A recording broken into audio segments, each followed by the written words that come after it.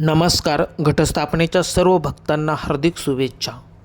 तर आज आपण घटस्थापनेविषयी बोलणार आहोत.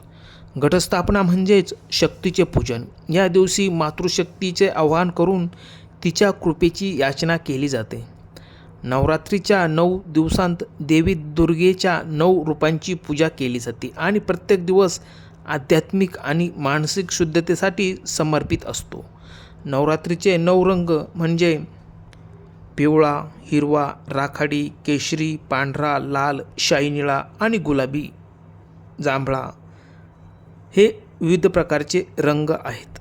नवरात्रीच्या विधीचा एक भाग म्हणून एक भांडे मातीने भरले जाते आणि त्यात 7 वेगवेगळ्या प्रकारचे धान्य किंवा बिया पेरल्या जातात.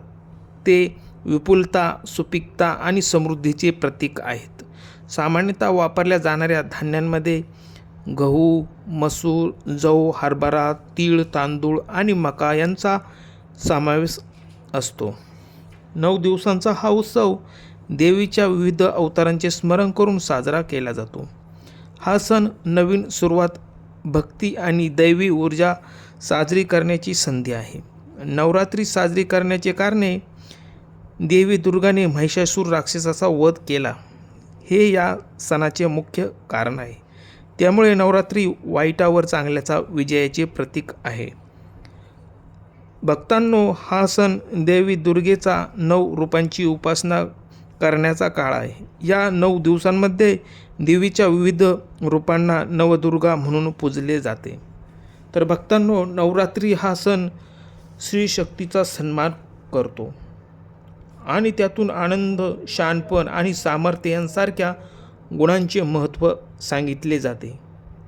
नवरात्र हा ऋतू परिवर्तनाचा काळ असतो. या काळात नव्या शक्तीचा आणि नव्या उत्साहाचा संचार होतो, ज्यामुळे मनुष्य नवीन ऊर्जा अनुभवतो. तर भक्तांनो, नवरात्रीमध्ये भक्त देवीची मनोभावे पूजा करतात, प्रार्थना करतात आणि भजन कीर्तन करतात. हे भक्तीचे आणि आध्यात्मिकतेचे प्रतीक आहे. हा उत्सव नवीन सुरुवात आणि नवीन ऊर्जा आणतो. या काळात भक्त देवीकडे समृद्धी आणि संरक्षणासाठी आशीर्वाद मागतात. अनेक भक्त या दिवसांमध्ये उपवास करतात आणि देवीचा आशीर्वाद मागतात. नवरात्रीच्या प्रत्येक दिवसाचे एक विशिष्ट महत्त्व आणि एक विशिष्ट रंग असतो, जो आनंद, शहाणपण आणि सामर्थ्याचे प्रतीक आहे. तर भक्तांनो, व्हिडिओ कसा वाटला